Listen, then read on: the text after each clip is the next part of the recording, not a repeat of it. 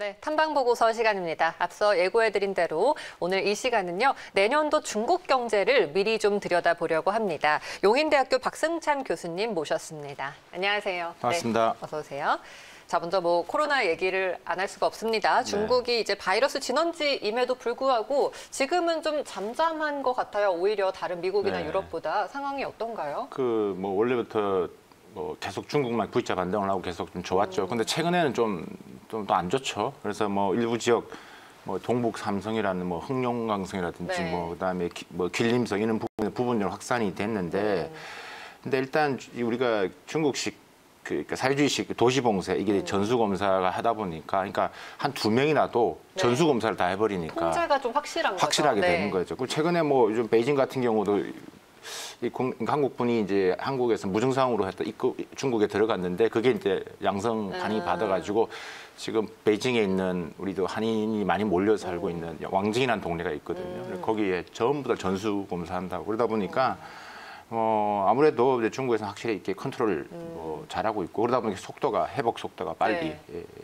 지우지 않나라는 생각이 듭니다. 그래서 사실 우리 같은 상상이 안 되는 거죠. 2명 났는데 1000만 명. 그러니까 칭다오 같은 데도 그전에도 그랬었거든요. 그러니까 한 몇 명 났는데 1000만 명을 전수동사한테 한 10일 만에. 이게 또 이 상황에서는 장점이 되네요. 그러니까 그런 부분에 있어서는 좀 우리가 좀 다르게 좀 봐야 되겠죠. 그렇습니다. 자, 경제 쪽을 보자면은 이제 내년 글로벌 경기 전망은 지금 아직까지도 코로나 확산세가 잡히고 있지 않기 때문에 밝지는 않습니다. 그렇지만 비교적 빠르게 좀 컨트롤이 가능하고 방역에 성공했다라고 보이는 중국 경제는 올해에 이어서 내년에도 비교적 상대적으로 성장세를 높게 이어갈 수 있을까요? 그렇습니다. 이게 우리가 일단은 글로벌 기관들 그러니까 IB도 마찬가지고 지금 일단 올해 중국 경제 성장률을 이제 평균 이렇게 보면 한 1.8에서 2.3 정도거든요. 그러니까 이렇게 플러스 성장하는 나라가 거의 없죠. 그래서 이제 이렇게 전망을 하고 있고, 그러니까 IMF 같은 경우는 한 1.9 정도를 하고 있고, 월드뱅크 같은 경우는 한 1.6 올해 정도를 하고 있고, 중국 증권사들 좀 내용을 좀 보면 한 2.2%대 초반 정도를 잡고 있습니다. 그럼 내년에는 아무래도 이제 기저효과 영향이 크겠죠. 그래서 이제 글로벌 경기 회복도 있을 것이고 또 중국 내 소비 회복이 또 본격화되고 이러니까 전체적으로 내년 부분에 있어서는 지금 이제 성장폭이 클 것이다라고 이제 보여지는데 그러니까 1분기가 아무래도 최소한 15% 이상 기저효과가 크니까 어떤 데 19%까지도 보고 있습니다. 그래서 보고 있고 그러니까 우리가 V자 반등에서 이제 쭉 내년 전체로 봤을 때는 이제 정고 구조. 그러니까 1, 2분기는 올라가고 3, 4분기는 내려가는 정고 후조의 형태. 그래서 이제 전체적으로 봤을 때 한 8%, 9% 정도를 전망을 하고 있어요. 평균적으로 전망을 하고 있습니다. IMF도 한 8.2% 잡고 있고요. ADB 같은 경우도 한 7%, 7.7 정도 잡고 있고 최근에 한국은행에서도 중국 경제를 한 8% 정도 잡고 있지 않습니까? 그래서 물론 중국 증권사는 좀 높게 잡고 있습니다. 9%대. 그러니까 전반적으로 한 8, 9%대의 전망이 지금 보여진다. 그래서 좀 들어가서 보면 수출 증가율은 이제 꾸준히 이제 증가할 것으로 보여지고 고정자산 투자도 좀 완만한 증가세로 좀 보여집니다. 근데 문제는 이제 소비 부분들인데 소비랑 우리가 걱정을 많이 하시는 또 지방이랑 민영 경제 부분, 과도한 부채 문제 이 부분에 대해서 컨트롤이 다 이루어진다라면 지금 보시면 8, 9%대 성장이 이제 무난한데 코로나 백신이 효과가 얼마나 나타날 것이냐라는 문제, 그다음에 바이든 행정부 하에서 이게 강도가 어떻게 될 것이냐 이런 외부 변수에 따라서 좀 달라지긴 하겠지만 큰 틀에서 지금 한 8%의 성장, 9%의 성장은 이제 무난해 보일 것으로 판단이 되어집니다. 그리고 또 최근 하반기 들어서 특히나 달러는 약해지고 위안화가 강한 흐름이 이어져 왔습니다. 그렇습니다. 이게 내년에도 이어질까요? 제가 여러 방송에서 말씀을 드렸던 것 같은데 6.5도 제가 그때 말씀을 드렸던 것 같은데 내년에도 일단 중국 경제 펀더멘털 자체가 너무 좋기 때문에 지금 나홀로 성장을 해왔고 또 흐름에 따라서 이 글로벌 자금들이 중국으로 많이 좀 흘러 들어가고 있고 그러다 보니까 결국 위안화 절상 기조는 유지될 것으로 보여진다.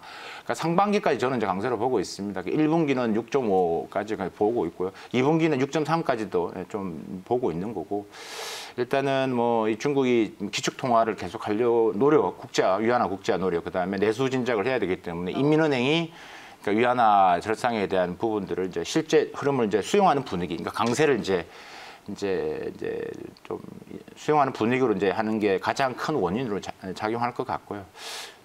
뭐 아까 말씀드렸다시피 지금 글로벌 자금들이 중국 자본 시장을 많이 흘러들어간다라는 부분들을 미중 간의 사건이 여러 가지 패권이 전쟁이 있었지만 뭐 적자, 그러니까 미국의 적자는 계속 늘어나고 미국 자본들이 계속 중국으로 드러나고 있는 데이터로 나오고 있기 때문에 또 중국 금융 시장이 개방이 되니까 이 월스트리트 자본들이 지금 미국으로 계속 들어가고 있다. 이런 모든 것들이 지금 위안화 강세를 계속 견인하는 요인으로 될 것으로 보여진다. 단 이제 미국이 이제 중국 위안화 환율에 대해서 환율 보고서에서 어떻게 때릴 것이냐인데 일단 지금 미국 내 상황이 정신이 없기 때문에 이제 상반기 자체는 일단은 이 이슈에 대해서 지금 미국에서 그러니까 바이든 행정부에서는 크게 지금 어떻게 하면 영향이 안 된다. 그러니까 하반기로 가야 된다. 그래서 일단 내년 상반기까지는 강세로 보는 게 맞다라고 보여지고요. 그 6.5에서 6.3까지도 보시는 분도 많이 계시죠. 저도 이제 그런 부분에서 한 표를 던집니다. 네.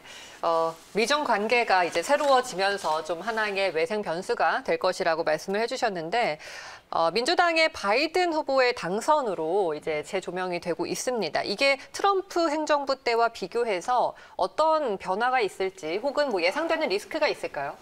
사실 이 주제를 가지고 한 시간 동안 같이 토론을 좀 해야 될 필요가 있긴 한데 정치적 리스크도 많고 근데 사실 바이든이 이제 지금 당선이 됐는데요. 지금 사실 선거 전과 후 그다음 지금 여러 가지 행보를 보면 사실 좀 칼짓자를 걷습니다. 좀 정확한 기조라기 보거든요. 그러니까 일단은 미중 관계는 지속될 것이다. 그러니까 미중에 있는 긴장감, 그러니까 이 패권 경쟁 지속될 것이라는 것은 분명합니다. 근데 때리는 방법이 좀 다를 수도 있다는 이야기죠. 그러니까 분명하다는 이유는 첫 번째가 바이든의 고향이 러스트벨트의 또 중심인 펜실베니아죠. 민주당의 지지 기반이 노조를 기반으로 했습니다. 그러니까 당연히 메이드 인 차이나의 영향을 받겠죠. 그러니까 때릴 수밖에 없습니다. 두 번째가 코로나 지금 정신이 없는데 이 코로나 원인이 결국은 중국에서 왔다라고 생각을 하기 때문에 뭐 그러기에 따라서 지금 실업자가 증가하고 추세에 있고 그러니까 국내 문제 이슈의 출발점을 다 이제 중국으로 보고 있기 때문에 자연스럽게 세 번째 문제를 그러니까 이유를 설명드리면 지금 미국 내에 팽배해 있는 반중국 정서. 지난 10월 그 퓨 리서치 센터 여론조사를 보면요, 미국인은 전체 한 73%가 별로 안 좋아한다고 중국을 안 좋아한다고 하니까 이런 것들이 있기 때문에 결국은 계속 이런 구조로 갈 수밖에 없다. 그렇다면 바이든 행정부에서는 어떤 식으로 갈 것이냐. 이제 저는 강원 전략, 그러니까 기존의 트럼프 대통령 다른 부분에서 무조건 때리는 형태가 아니라 좀 강원 전략으로 할 것 같다라는 부분들인데 큰 취재는 세 가지입니다. 일단은 보편적 가치, 그러니까 우리가 말한 중국의 뭐 신장 위구르라든지 그다음에 뭐 우리가 지금 이야기하는 여러 뭐 홍콩 문제 이런 부분에서는 이게 기존과 다르게 주변 동맹국과 같이 하는 형태로 분명히 갈 것 같고요. 두 번째는 이제 불공정 무역. 그러니까 트럼프보다 똑같은 연장선상에서 계속 강경하게 때리는데 다른 점이 있다면 탄소세 같은 부분들이겠죠. 그러니까 중국산 제품이 대부분 다 환경오염, 이산화탄소에 의해서 만들어진 게 많기 때문에 탄소세를 가지고 부과를 통해서 무역 균형 전략을 할 가능성이 있다라는 부분이죠. 세 번째가 이제 이 화웨이 이 기술 패권에 대한 부분들은 지속되어질 것 같습니다. 단지 이 트럼프식 리쇼링 무조건 들어와라.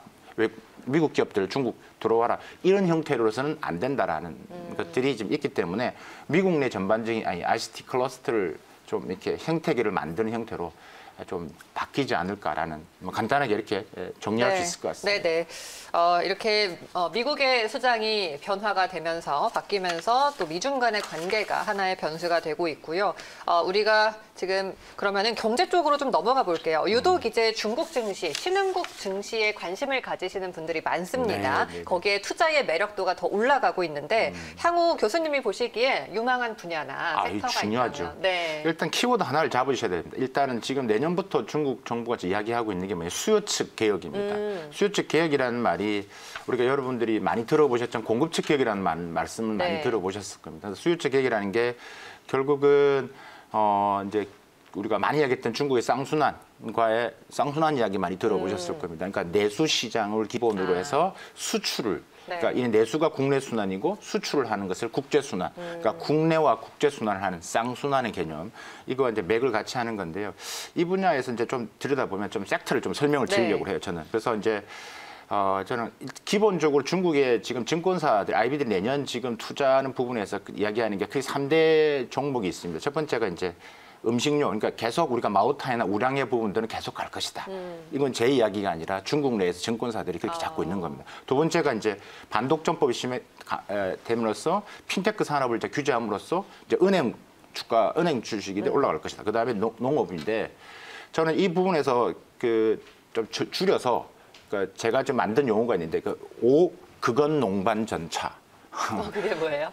오는 5G입니다. 네, 네. 예, 그는 뭐냐면 그린입니다. 예, 그린을 잡으시니까 그린 부분 이 부분은 지금 화면에 나오네요. 네. 그래서 이걸 나오는데 이게 그건 농반 전차인데 네. 5G는 무조건 갈 거고요. 이 그린은 바이든하고 보조를 맞추는 정책에서 해야 됩니다.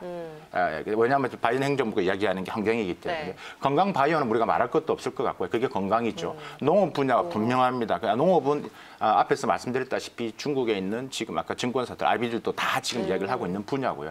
반도체가 어떻게 될 것이냐인데 반도체는 갈 수밖에 없는데 우리가 4세대 반도체, 그러니까 우리가 3세대 반도체라는 게 있습니다. 어차피 지금 반도체 이 부분에서는 계속 미국한테 지금 이렇게 얻어맞으면서 제한적이지만 그래도 중국은 반도체는 포기할 수 없기 때문에 반도체는 중국 정부가 계속 끌고 갈 가능성이 높다. 그다음에 이제 중요한 게 밑에 보시는 게 이제 전인데요. 이게 해외 소비에서 국내 소비로 전환되는 것들. 이게 참 우리 기업들한테는 좀 어려움이 가중될 수 있는 부분들입니다. 그러니까 해외 이제 나가서 작년에 중국에서 해외 나간 그 사람들이 여권을 보면요. 그러니까 1억 5,500만 명이 중국 사람들이 여권을 가지고 여행을 했습니다. 그 쓴 금이 얼마냐면 한 2조 위안을 해외 면세점에 썼다는 거예요. 그러니까 우리도 많겠죠. 그쵸. 2조 위안이면 한 340조입니다. 야, 이 중에 한 10%만 국내에서 써라. 그래서 그러면 한 2천억 위안이 정도 되는데요. 이걸 뭐 증명하듯이 이제 하이난에 면세점이 생겼지 않습니까? 많이 들어보셨을 맞아요. 겁니다. 네. 지금 엄청난 가파르게 성장을 하고 있습니다. 지금 관련 통계에 의하면요. 이 중국 면세품 그룹이요.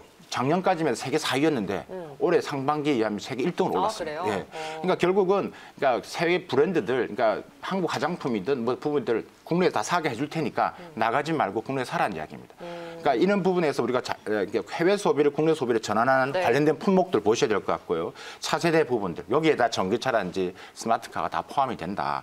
그래서 이런 부분에서 조금 더 관심을 가지고 보면 제가 하나하나 지금 정보를 집어들 수 없지만 이 바운드리 안에서 보시면 조금 더 정리가 잘 될 겁니다.